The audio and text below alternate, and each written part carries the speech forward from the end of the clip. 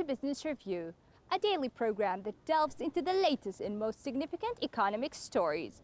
From stock markets to currency news, Business Review covers the most up-to-date developments in the global finance.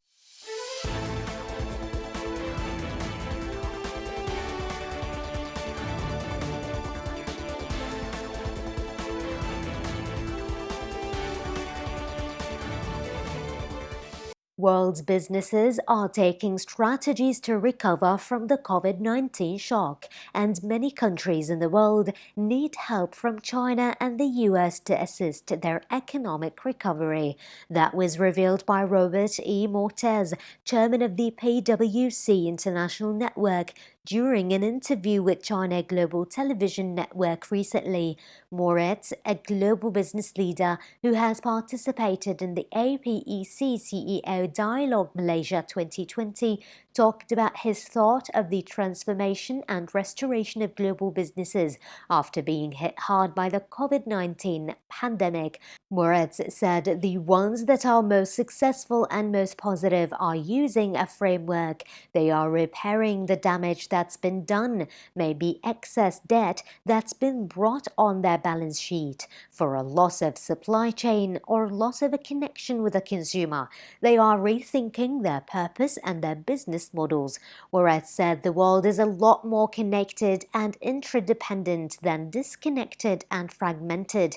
During the current COVID-19 pandemic, there are a number of countries in need of help.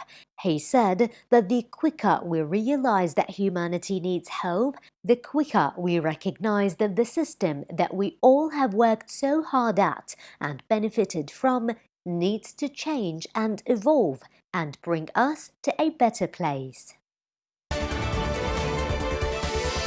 Cubans are looking for new options for remittances to continue flowing from the United States to Cuba via cryptocurrencies or debt cards after the closure on November the 23rd of Western Union services.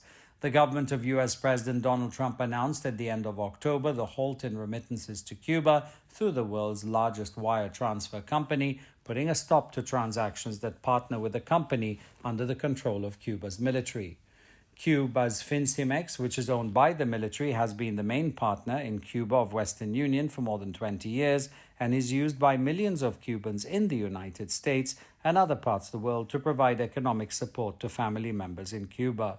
Remittances are one of the largest sources of dollars to Cuba, following the services industry and tourism. Western Union said it sends $2.4 million a day to Cuba and estimates that it annually transfers between $900 million and $1.5 billion. The Trump administration has dealt blows to tourism, foreign investment, and Cuba's energy supply by tightening restrictions on U.S. travel, sanctioning oil shipments from Venezuela, and activating a law allowing litigation against firms trafficking in expropriated properties, among other measures. It is peak season for winter weather gear manufacturers in China now that chilly temperatures have set in around the country and other parts of the northern hemisphere, prompting customers to stock up on comfy clothes and accessories.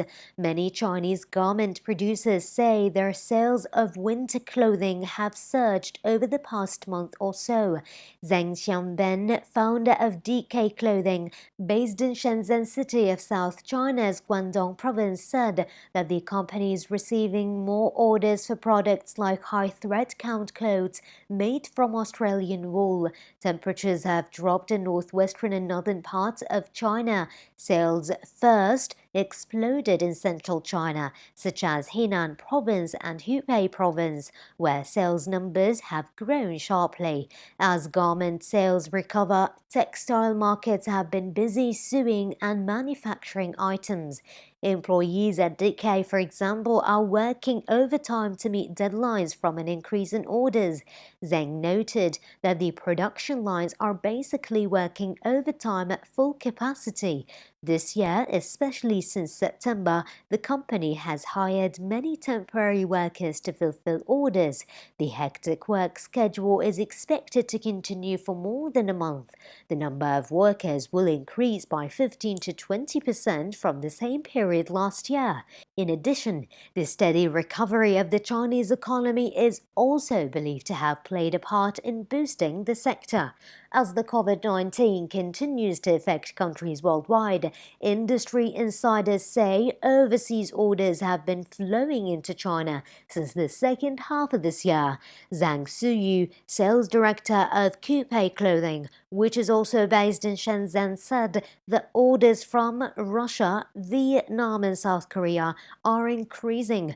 Domestically, the company sees a sales growth particularly in Hangzhou City. According to recent data from China's General Administration of Customs, the country's textile and apparel exports topped 169 billion yuan in October, a year-on-year increase of 5%.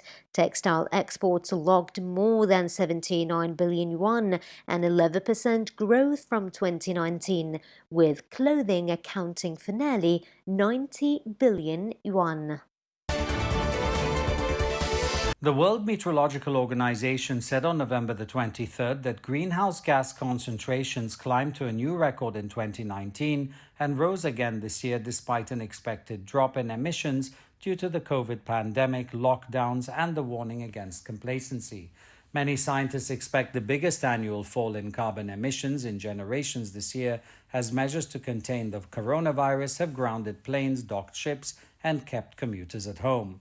However, the WMO described the projected 2020 drop as a tiny blip and said the resulting impact on carbon dioxide concentrations that contribute to global warming would be no bigger than normal annual fluctuations. According to the WMO's Greenhouse Gas Bulletin, in the short term, the impact of the COVID pandemic cannot be distinguished from natural variability. The report released by the Geneva-based UN agency measures atmospheric concentration of the gases carbon dioxide, methane, nitrous oxide that are warming the planet. The annual increase is larger than the previous year and beats the average over the last decade. The WMO's head of atmospheric environment research, Dr. Oksana Tarasova, said the magnitude of the increase in carbon dioxide levels over the past 4 years was comparable to changes seen during the shift from the Ice Age to more temperate periods, but back then, the transition happened over a much longer time frame. Global data is not yet available for 2020, but the trend of rising concentrations appears to be intact, the WMO said, citing initial readings from its Tasmania and Hawaii stations. Like other scientific bodies, the WMO said it expects annual global carbon emissions to fall this year due to the COVID measures and ventured a preliminary estimates of between 4.2 to 7.5% fall. It said that such a drop would not cause atmospheric carbon dioxide to go down, but would slow the rate of increase temporarily on a scale that falls within normal variations. Japanese Prime Minister Yoshihide Suga said that Japan will make efforts to realize a carbon-free society and zero of additional marine pollution to 2050. The Prime Minister highlighted the goals in his speech at the Group of 20 Riyadh Summit via video link. Suga noted the country would devote itself to bringing about a green society through adoption of innovation technology to realize a virtuous circle for the environment and economy. He said that addressing climate change is not a constraint on economic growth. Rather, we need to adjust our mindset and adopt positive measures to tackle climate change so as to drive transformation of the industrial structure as well as our economy and society, which will realize dynamic economic growth. Suga also expressed the belief that it is not only essential to tackle climate change with substantial reduction in carbon emissions, but also to conserve the marine environment by stopping waste discharge into the sea. He said that Japan launched the concept of Osaka Blue Ocean Vision. Under this vision, Japan would reduce additional pollution by marine plastic litter to zero by 2050 and provide relevant technical assistance. According to the concept, Japan would assist in waste management and human resources development in developing countries.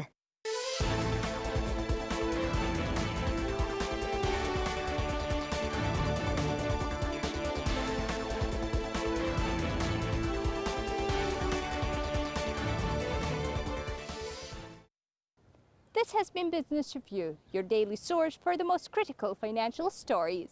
Tune in next time for the latest financial news impacting the world economy.